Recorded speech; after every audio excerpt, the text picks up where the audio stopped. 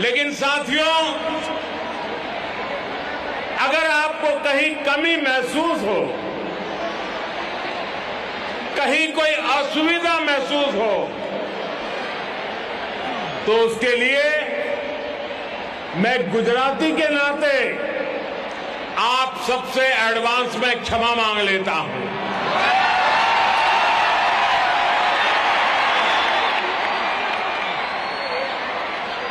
कल अहमदाबाद में जिस तरह का शानदार भव्य ड्रोन शो हुआ, वो देखकर तो हर कोई अचंभित है, गर्व से भरा है। टेक्नोलॉजी का ऐसा सदा हुआ इस्तेमाल ड्रोन की तरह ही गुजरात को, भारत को नई ऊंचाइयों पर ले जाएगा। यहां जो पहले नेशनल स्पोर्ट्स कॉन्क्लेव का आयोजन किया गया, उसकी सफलता की भी बहुत चर्चा हो रही है। इन सारे प्रयासों के लिए मैं मुख्यमंत्री श्रीमान भूपेंद्र भाई पटेल और उनकी पूरी टीम की भी भूरी प्रशंसा करता हूं। अभी कुछ दिन पहले नेशनल गेम्स का ऑफिशियल मैस्कॉट सावज भी लॉन्च हुआ है। गिर के शेरों को प्रदर्शित करता शुभांकर सावज भारत के युवाओं के मिजाज को दिखाता है, निडर होकर मैदान में उतरने के जुनून को दिखाता है। ये वैश्विक परिदृश्य में तेजी से उभरते भारत के सामर्थ्य का भी प्रतीक है। साथियों, आज आप यहां जिस स्टेडियम में, जिस स्पोर्ट्स कॉम्प्लेक्स में मौजूद है, इसकी विशालता और आधुनिकता भी एक अलग प्रेरणा का कारण है। ये स्टेडियम तो दुनिया का सबसे बड़ा स्टेडियम है ही, साथ ही ये सरदार पटेल स्पोर्ट्स एन्क्लेव और कॉम्प्लेक्स भी कई मायनों में सबसे अनूठा है। आमतौर पर ऐसे स्पोर्ट्स कॉम्प्लेक्स एक या दो या तीन खेलों पर ही केंद्रित होकर रह जाते हैं, लेकिन सरदार पटेल स्पोर्ट्स कॉम्प्लेक्स में football, hockey, basketball, kabaddi, boxing और लॉन टेनिस जैसे अनेकों खेलों की सुविधा एक साथ उपलब्ध है। ये एक तरह से पूरे देश के लिए एक मॉडल है, क्योंकि जब इंफ्रास्ट्रक्चर इस स्टैंडर्ड का होता है तो खिलाड़ियों का मनोबल भी एक नई ऊंचाई तक पहुंच जाता है। मुझे विश्वास है हमारे सभी खिलाड़ी इस कॉम्प्लेक्स के अपने अनुभवों को जरूर एंजॉय करेंगे। मेरे नौजवान साथियों, सौभाग्य से इस समय नवरात्रि का पावन अवसर भी चल रहा है। गुजरात में मां दुर्गा की उपासना से लेकर गरबा तक यहां की अपनी अलग ही पहचान है। जो खिलाड़ी दूसरे राज्यों से आए हैं, उनसे मैं कहूंगा कि खेल के साथ ही यहां नवरात्रि आयोजन का भी आनंद जरूर लीजिए। गुजरात के लोग आपकी मेहमान नवाजी में, आपके स्वागत में कोई कोर कसर नहीं छोड़ेंगे। वैसे मैंने देखा है कि कैसे हमारे नीरज चोपड़ा कल गरबा का आनंद ले रहे थे।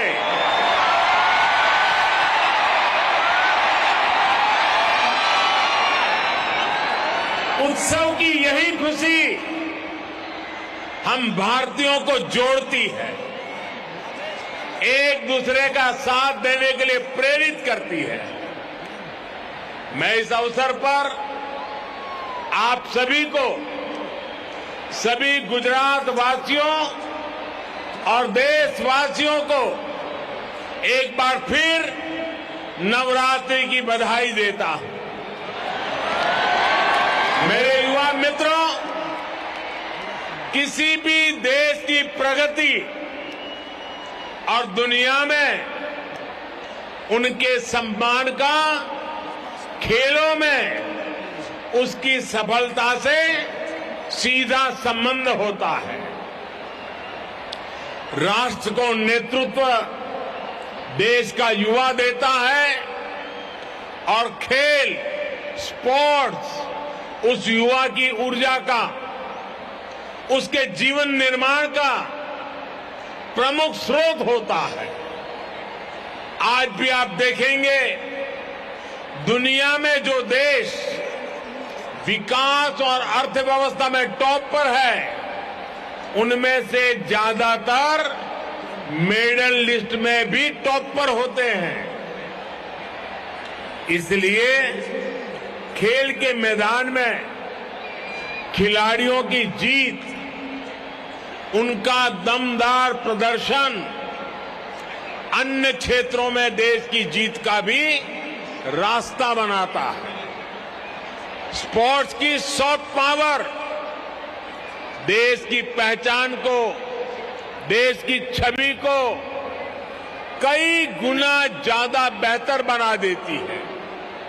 साथियों, मैं स्पोर्ट्स के साथियों को अक्सर कहता हूं, सक्सेस स्टार्ट्स विथ एक्शन।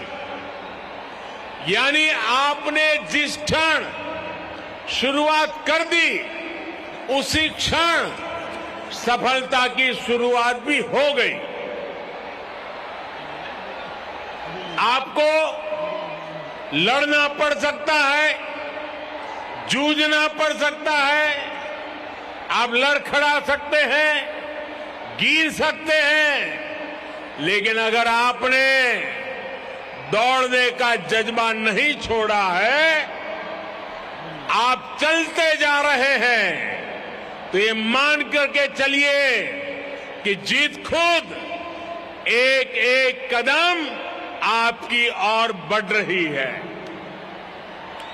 आजादी के अमृत काल में देश ने इसी हौसले के साथ नए भारत के निर्माण की शुरुआत की है।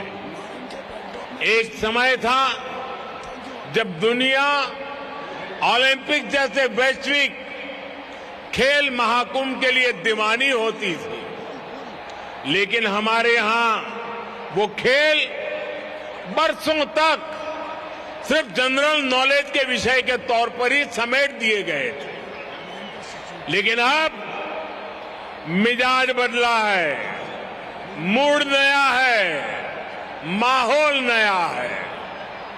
2014 से फर्स्ट एंड बेस्ट का जो सिलसिला देश में शुरू हुआ है, हमारे युवाओं ने वो जलवा खेलों में भी बरकरार रखा है।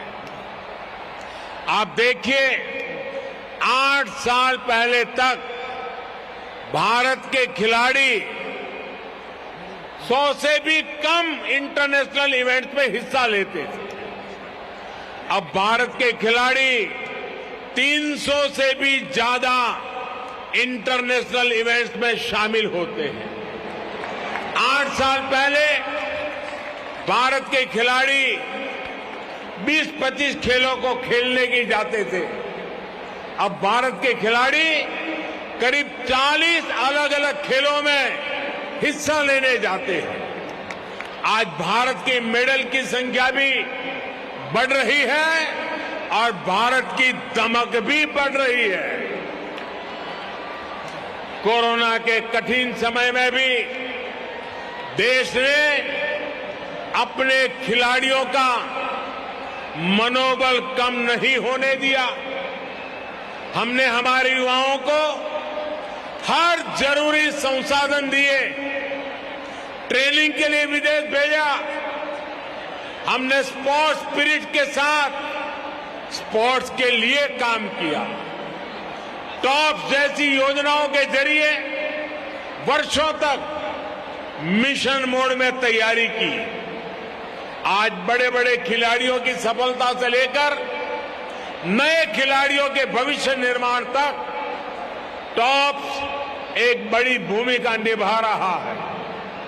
आज हमारे युवा हर खेल में नए रिकॉर्ड बना रहे हैं और अपने ही रिकॉर्ड ब्रेक भी करते चले जा रहे हैं।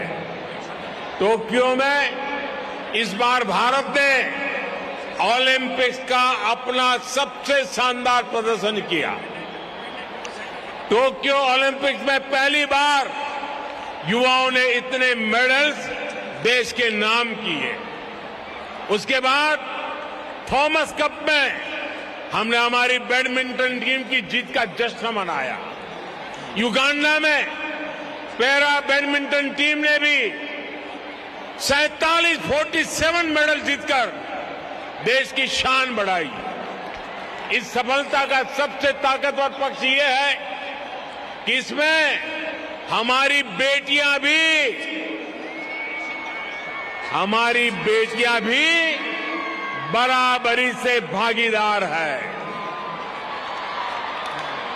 हमारी बेटियां आज सबसे आगे तिरंगे की शान बढ़ा रही है। साथियों, खेल की दुनिया में ये सामर्थ्य दिखाने की क्षमता देश में पहले भी थी। ये विजय अभियान पहले भी शुरू हो सकता था, लेकिन खेलों में जो प्रोफेशनलिज्म होना चाहिए था उसकी जगह परिवारवाद और भ्रष्टाचार ने ले रखी थी। हमने सिस्टम की सफाई भी की और युवाओं में उनके सपनों के लिए भरोसा भी जगाया।